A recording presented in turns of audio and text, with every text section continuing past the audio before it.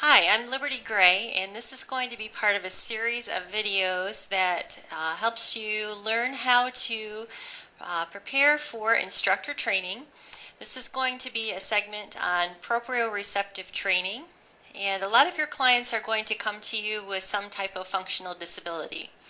And you may not recognize it right from the get-go, but a lot of us, just because we do a lot of sitting at desks, and in the car, in front of the TV, whatever, your hip flexors become shortened, and that is the psoas muscle that runs from the top of the femur or leg bone across your hips into the lumbar spine. And when that becomes very chronically shortened, the opposing muscle, which happens to be your glutes, is also lengthened and weakened, and a lot of times those muscles don't fire. So sometimes your clients will be learning the swing perhaps, and they'll be telling you or complaining of low back pain. And that's really because they're underutilizing the bigger muscles of their glutes and or their core, which would be their transverse abdominal muscles, which run in a belt-like fashion this way. And then on top of that, we have that nice six-pack, which is going to be the rectus abdominis. So it's really the underneath fibers, or the transverse abdominal, which is going to be used like a compression belt to support their spine. So if any one of these are not firing, the transverse abdominal and or the larger muscle of the glute, then your client is probably going to have some dysfunctionality. So we can do a drill called proprioceptive training. And really what that's doing is letting the body know where the bell is in space and time in relation to other parts of the body. So it's done with your eyes closed. So I'll kind of explain the drill, and then you're going to be practicing it and logging hours in preparation for your certification. So the first exercise we're going to do is going to be the two-handed swing.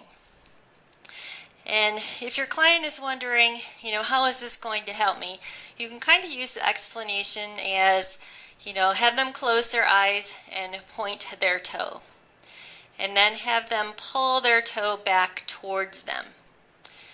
Now this, they can kind of sense where their foot is in their imagination when they're pointing and or when they're dorsiflexing.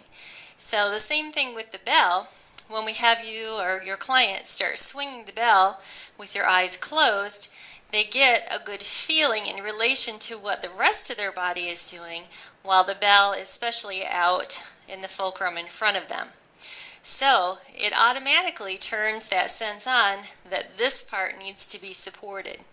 And I want to let you know that one of our top athletes here at my studio is legally blind. So when one sense is taken away, another sense is heightened. So really, if you don't have your sight or that visual feedback, you're going to have almost a better sense of feeling of where that weight is supposed to be and how to stabilize it.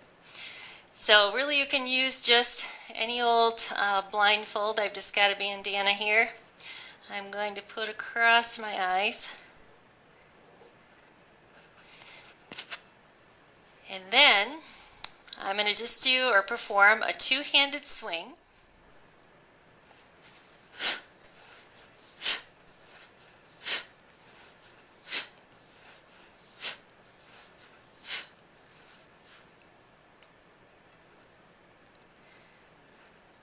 So the first time you do this, it might be kind of eye-opening. Start with a light weight. It doesn't have to be a heavy weight that you're using, but really when you're doing that, you're focusing so much on what you're feeling rather than what you're seeing. So your drill is going to be performing 2 to 4 minute sets of a two-handed swing. Also like you to do a one-handed swing, and then the cleans. So you'll be either eyes closed, you can do it that way too, or with your bandana. And technique, we'll have some other instruction videos for you on technique. But make sure that your arm doesn't get too far away from the body on these cleans. We'll have you do a clean and a jerk. And also we're going to be performing the long cycle and the snatch in this proprioceptive fashion. So again, you're just doing this to reinforce the motor patterns of the abdominal muscles and the glute muscles, supporting their lift. Thanks, and stand by for next video.